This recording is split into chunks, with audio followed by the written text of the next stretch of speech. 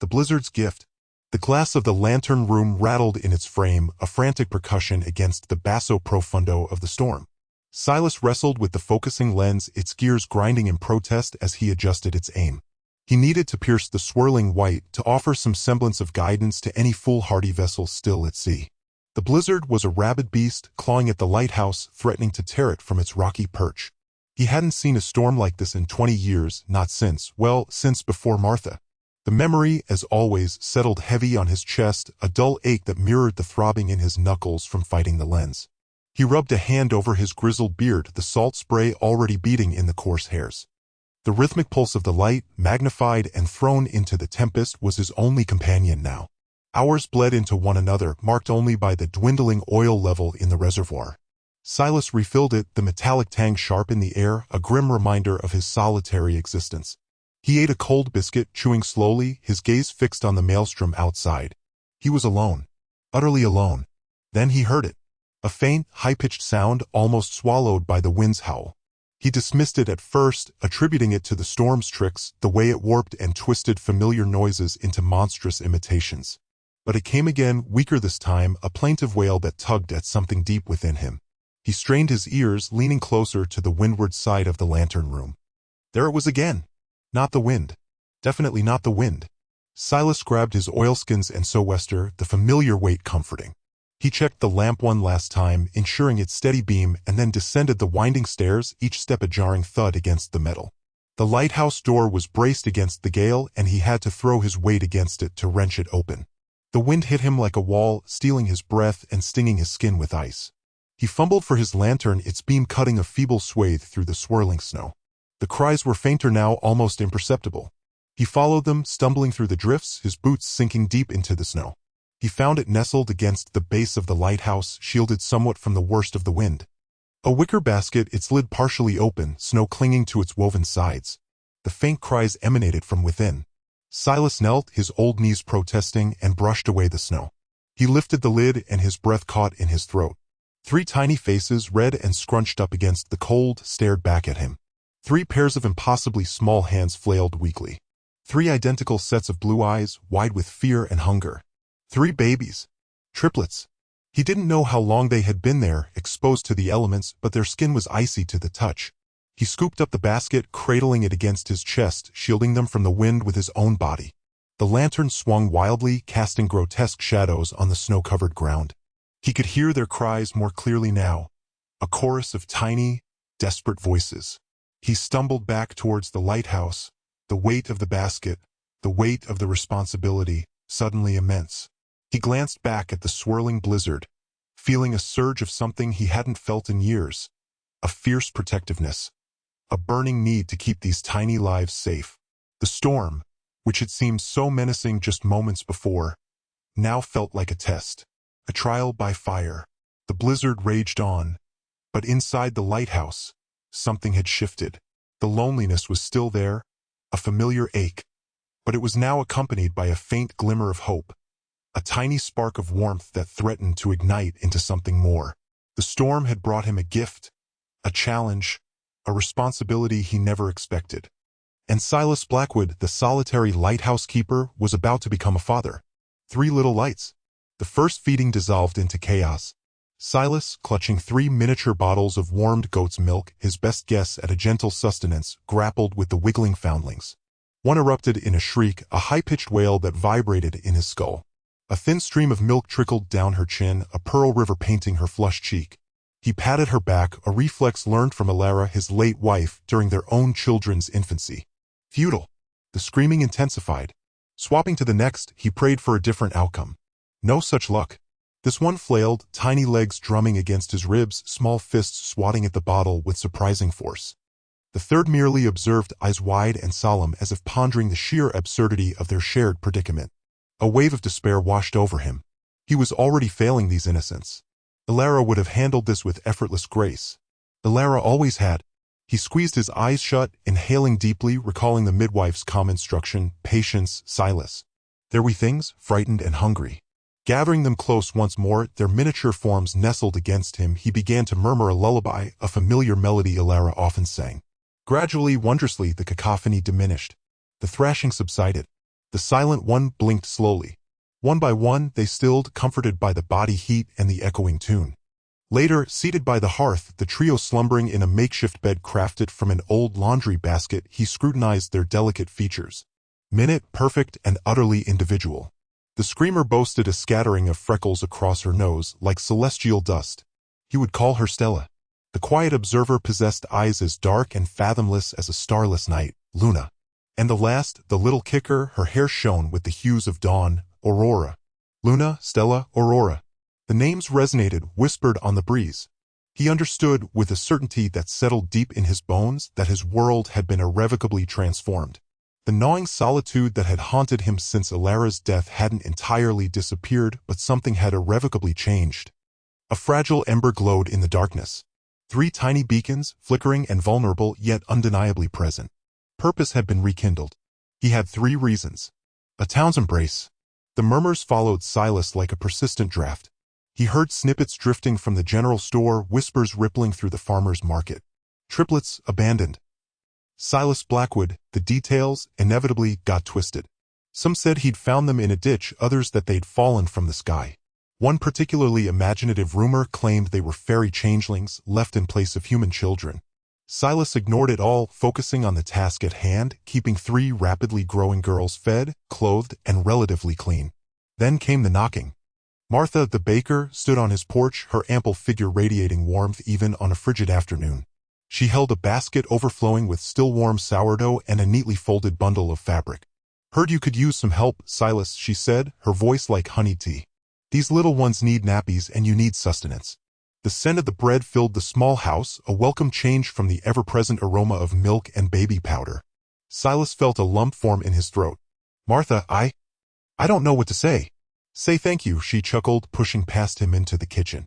"And then tell me what size these little angels are wearing. I've got scraps aplenty, I can sew up some more clothes."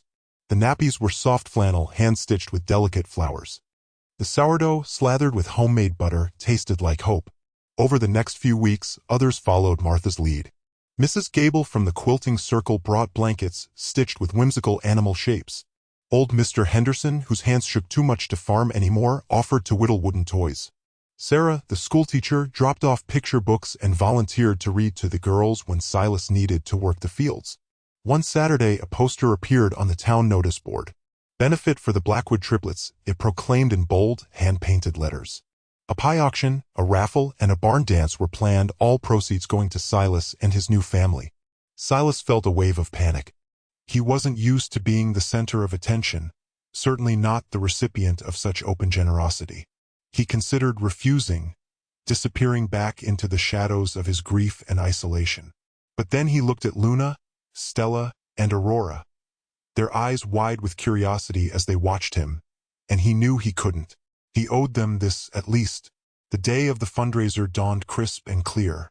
The barn was packed, filled with the sounds of laughter, music, and the babbling of babies.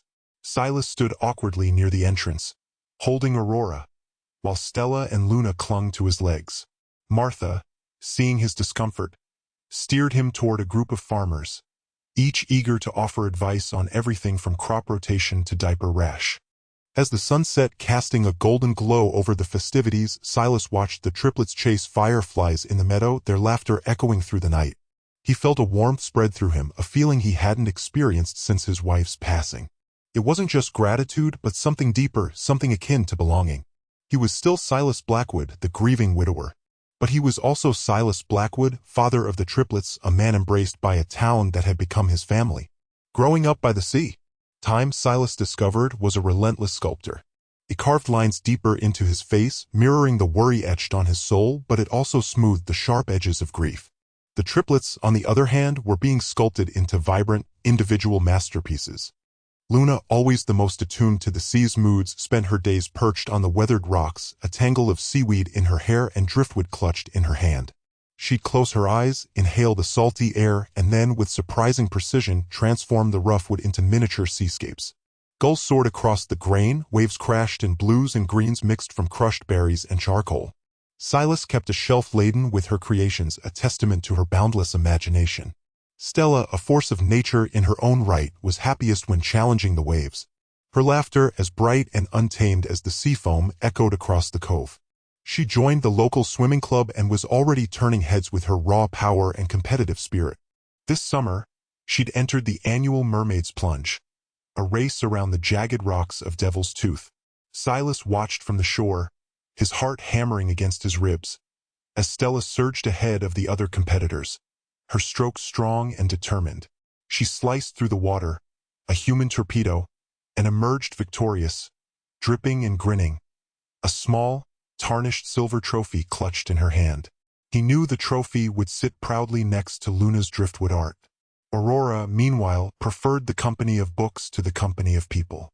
The lighthouse library, with its musty scent of old paper and its panoramic view of the endless horizon, had become her sanctuary. She devoured tales of faraway lands, scientific treatises, and historical accounts, her brow furrowed in concentration. Silas would often find her surrounded by stacks of books, lost in worlds unknown, her fingers tracing the faded ink. He'd begun leaving small, handwritten notes tucked inside the books he thought she'd enjoy. A joke, a quote, a small drawing, a silent conversation between a father and his daughter. One clear night, Silas gathered them on the balcony, the vast expanse of the star-studded sky stretching above them. He pointed out constellations, his voice hushed with reverence. Luna gasped at the beauty of the Milky Way, Stella peppered him with questions about black holes, and Aurora, armed with her telescope, meticulously charted the positions of the planets. In that moment, surrounded by his daughters, Silas felt a profound sense of peace. The sea had taken much from him, but it had also given him everything. The constant worry about providing for them, about being enough, still gnawed at him, but tonight, under the watchful gaze of the stars, he allowed himself to believe that maybe, just maybe, he was doing okay. A shadow from the past. The town hadn't seen a car like that in years. Sleek, black, and impossibly long, it purred to a halt outside the general store, its chrome gleaming under the midday sun. Luna, sketching in her notebook on the porch, stopped, her charcoal smudged across her cheek. Even Stella, usually oblivious to anything but the tide charts tacked to the wall, paused her calculations. Aurora, perched on the windowsill with a book, peered over the top of its pages. The driver, uniformed and impassive, opened the rear door. A woman emerged, tall and draped in a coat the color of storm clouds. Her face, framed by severe silver hair, was etched with a kind of weary elegance. She scanned the street, her gaze sharp and assessing, before turning towards the lighthouse on the bluff. Silas was inside, wrestling with a jammed foghorn mechanism. He'd been at it for hours, the salt-laced air thick with the scent of machine oil and frustration. He jumped when a knock echoed through the tower, the sound magnified by the hollow space. He wiped his hands on a rag and descended the winding stairs. At the bottom, the woman from the car stood framed in the doorway, her presence somehow shrinking the already cramped space. "Mr. Blackwood?" Her voice was low and resonant like the chime of a distant bell. He nodded, surprised. "Can I help you? My name is Eleanor Ainsworth. I believe we have a shared interest." She stepped inside, her eyes adjusting to the dim light. In Aurora, Stella, and Luna. Silas's breath caught. He hadn't heard that name, Ainsworth, in years. A cold dread settled in his stomach, heavier than the fog that sometimes rolled in off the sea. "I'm not sure I understand," he said, his voice tight. Eleanor's gaze softened just slightly. "I am their aunt. Their mother was my sister, Serafina." The name hit him like a physical blow. Serafina. The woman whose memory he'd carefully locked away, whose desperate choice had brought the girls into his life. "Serafina is gone," he managed to say. "Yes," Eleanor said, her voice flat. "She passed away some time ago. I only recently learned of the girls' existence and the circumstances surrounding their birth." She paused, her eyes sweeping the room, taking in the worn furniture, the chipped paint, the faint scent of lavender from Luna's ever-present sachets. "I understand they've been living here, with you," she continued, her tone carefully neutral. "And while I appreciate the care you've undoubtedly provided, I believe it's time they came home." Silas felt a surge of protectiveness, fierce and primal. "Home? This is their home." Eleanor raised a perfectly sculpted eyebrow. "With all due respect, Mr. Blackwood, home should offer more than a drafty lighthouse and a limited existence. They are Ainsworths. They deserve the opportunities, the security that their lineage provides. I intend to ensure they receive it." She adjusted her coat, the movement precise and deliberate. "I've come to take them with me. The fight for family." The lawyer's office smelled of lemon polish and quiet desperation. Silas fidgeted on the plush leather chair, the legal jargon washing over him like a cold, unwelcome tide. So, you're saying their maternal aunt has a strong case? Mrs. Hawthorne, a woman whose steely gaze could probably cut diamonds, adjusted her spectacles. She's blood, Mr. Blackwood. That carries weight, especially considering the circumstances. Silas swallowed, the word abandonment burning in his throat. He'd rescued those girls from the storm, raised them, loved them. How could that count for nothing? I'm their father, he said, his voice rough. I've been their father for 8 years. Legally speaking, you're their guardian. And the aunt can argue she's more financially stable, offers a traditional family environment. Silas' small, ramshackle house, filled with laughter and crayon drawings, suddenly felt inadequate. He pictured Luna's whimsical artwork, Stella's overflowing sports equipment, Aurora's stacks of books. Would a traditional home appreciate that? He returned home to a house buzzing with anxieties he could almost taste. Luna was painting a picture of a wilting flower, her brow furrowed. Stella dribbled a basketball with furious intensity in the driveway, the rhythmic thump echoing his own pounding heart. Aurora sat on the porch swing, lost in a book, but her usual serenity was replaced by a restless energy. "Daddy," Luna asked, her voice small, "are we going away?" He knelt, gathering her into a hug. "No, pumpkin. Daddy's not going to let anything happen to you girls." He looked towards Stella and Aurora, and they edged closer, seeking his reassurances. "But what if she wins?" Stella blurted, the basketball bouncing once, then falling silent. "What if we have to live with her?" Aurora, usually the most composed, wiped her eyes. "Will we still see you?" Silas felt a knot of anguish tighten in his chest. He pulled them all into a hug, a tangle of limbs and whispered promises. "You're my girls. Always. We're a family. And families fight for each other." The following days were a blur of gathering documents, practicing his testimony, and trying to maintain a semblance of normalcy. He made their favorite meals, spaghetti and meatballs Stella's choice, grilled cheese with tomato soup Aurora's, and pancakes with whipped cream and berries Luna's. He read them bedtime stories even though they were old enough to read themselves. He wanted to fill their days with memories to solidify the bond that Aunt Carol threatened to break. The night before the hearing, he found them huddled together in Luna's room, whispering. He sat on the edge of the bed, the floral quilt soft beneath his hand. "We made you something," Aurora said, handing him a small, intricately woven bracelet made of colorful embroidery floss. "It's so you remember us," Stella added, her voice thick with unshed tears. Luna clutched his hand. "It has magic in it. It will keep us together." Silas' throat tightened. He slipped the bracelet on his wrist, the colors a vibrant reminder of what he was fighting for. He looked at their faces, etched with worry and love. He knew with a fierce certainty that he would move mountains if he had to keep them safe, to keep them together. The town's testimony. The courtroom was a sea of familiar faces. Faces Luna had sketched in her notebook, faces Stella had raced against down Main Street, faces Aurora had seen smiling back at her from behind library bookshelves. They were all here, crammed onto the hard wooden benches, their presence a warm, if anxious, blanket around Silas. He sat at the defendant's table, his knuckles white as he gripped the edge. Luna, Stella, and Aurora sat beside him, a united front against the cold, sterile atmosphere. Judge Thompson, a woman known more for her brisk efficiency than her sentimentality, cleared her throat. "The defense may call its witnesses." Silas nodded, his throat tight. Mr. Abernathy, their lawyer, stood. "Your Honor, the defense calls Martha Plumtree to the stand." Martha, the baker, her cheeks perpetually dusted with flour, rose from the throng. She walked with a determined waddle, her floral dress a splash of color against the somber wood. She swore on the Bible, her voice surprisingly strong. "Mrs. Plumtree," Mr. Abernathy began, "can you tell the court about your relationship with Mr. Blackwood and his daughters?" Martha adjusted her spectacles. "Silas Blackwood is a good man. The best. When my oven broke down last winter, during the worst freeze we'd seen in years, he fixed it. Didn't ask for a dime. Said everyone deserves warm bread, Martha. And those girls are the sweetest things this side of the Mississippi. Always polite, always helping out at the bakery. Luna decorates the gingerbread men with the most beautiful flowers. Stella's strong enough to carry a whole tray of pies. And Aurora. Aurora reads to the old folks who come in for coffee, keeps them company. They're a family. A real family." The prosecutor, a slick man named Mr. Harding, tried to trip her up, asking about Silas's unconventional beginnings as a father, but Martha stood firm.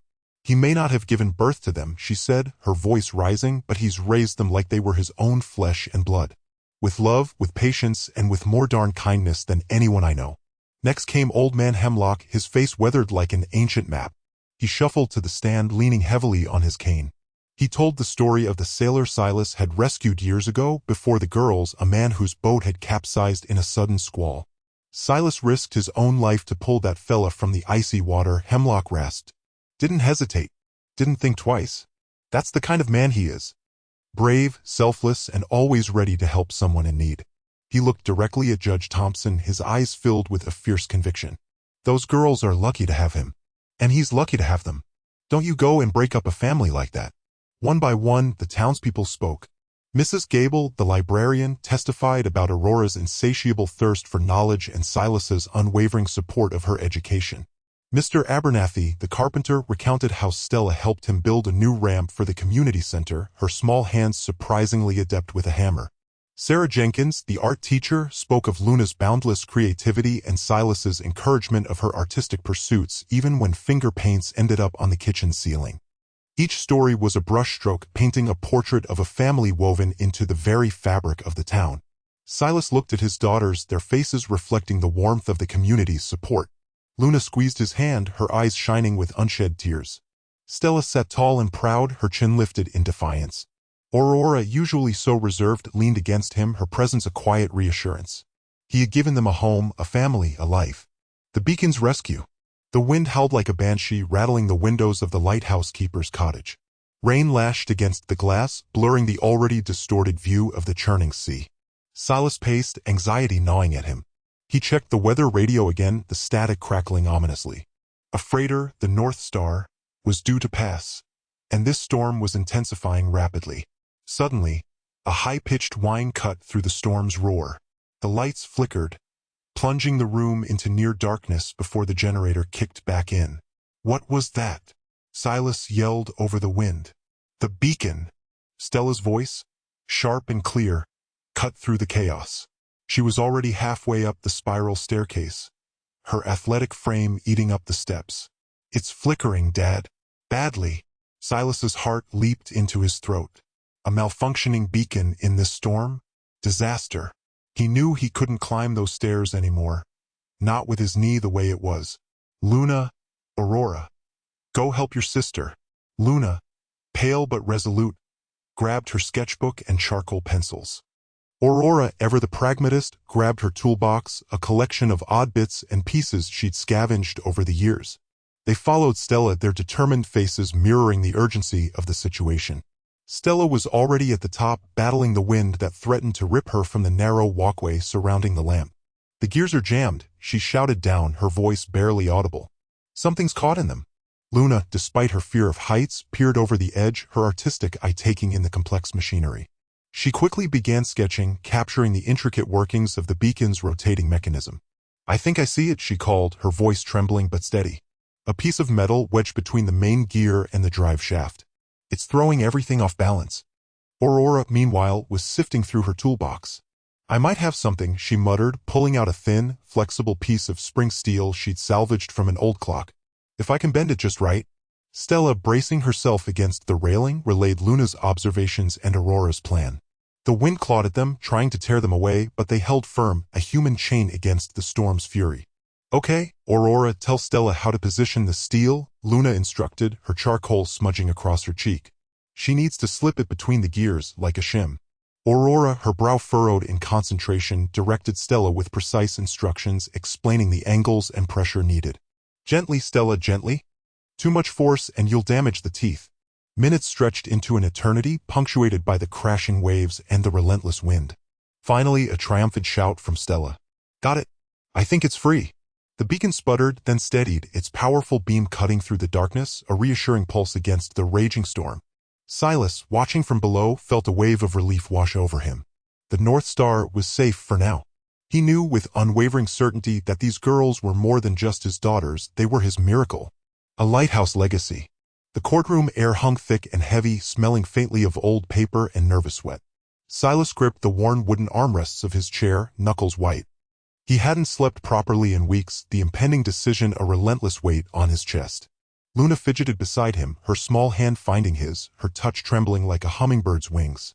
Stella, usually a whirlwind of restless energy, sat rigidly upright, her jaw tight. Only Aurora, ever the stoic observer, seemed unfazed, her gaze fixed on the intricate patterns of the courtroom ceiling. Judge Thompson cleared his throat, the sound echoing in the sudden silence. In the matter of the guardianship of Luna, Stella, and Aurora, the court finds in favor of the respondent, Silas Blackwood. A collective gasp swept through the room. Relief washed over Silas in a dizzying wave, so potent it nearly buckled his knees. He squeezed Luna's hand, his vision blurring. He risked a glance at Eleanor, his late wife's cousin, who stood across the aisle, her face an unreadable mask. Before Silas could fully process the victory, Eleanor stepped forward.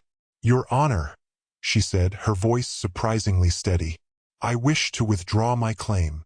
She turned to Silas, her expression softening, a flicker of something akin to understanding in her eyes. "I see now what those girls mean to you. You've given them a life filled with love, a life they wouldn't have had otherwise. I concede that I was wrong." Years spun by, marked by scraped knees, spelling bees, and tearful teenage dramas. Silas navigated the challenges of single parenthood with a fierce protectiveness and an unwavering love. He learned to braid hair badly, decipher teenage slang, and offer comforting words without patronizing. He saw Luna blossom into a gifted artist, her canvases filled with vibrant landscapes and fantastical creatures. Stella channeled her boundless energy into competitive swimming, shattering records and earning scholarships. Aurora, true to her nature, devoured books, excelling in every subject and earning a place at a prestigious university. The lighthouse became their sanctuary, a beacon of stability in a world that often felt chaotic. Silas taught them its history, the intricate workings of its lamp, and the importance of its unwavering beam. On a warm June evening, Silas sat on the porch of the lighthouse keeper's cottage, his joints aching, his hair now more silver than black. He watched as Luna, Stella, and Aurora, radiant in their graduation gowns, posed for photos with their friends. Laughter drifted on the salty breeze, mingling with the rhythmic crash of the waves.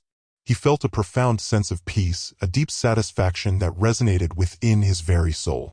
As dusk deepened, the lighthouse beam sliced through the darkness, a powerful, unwavering light.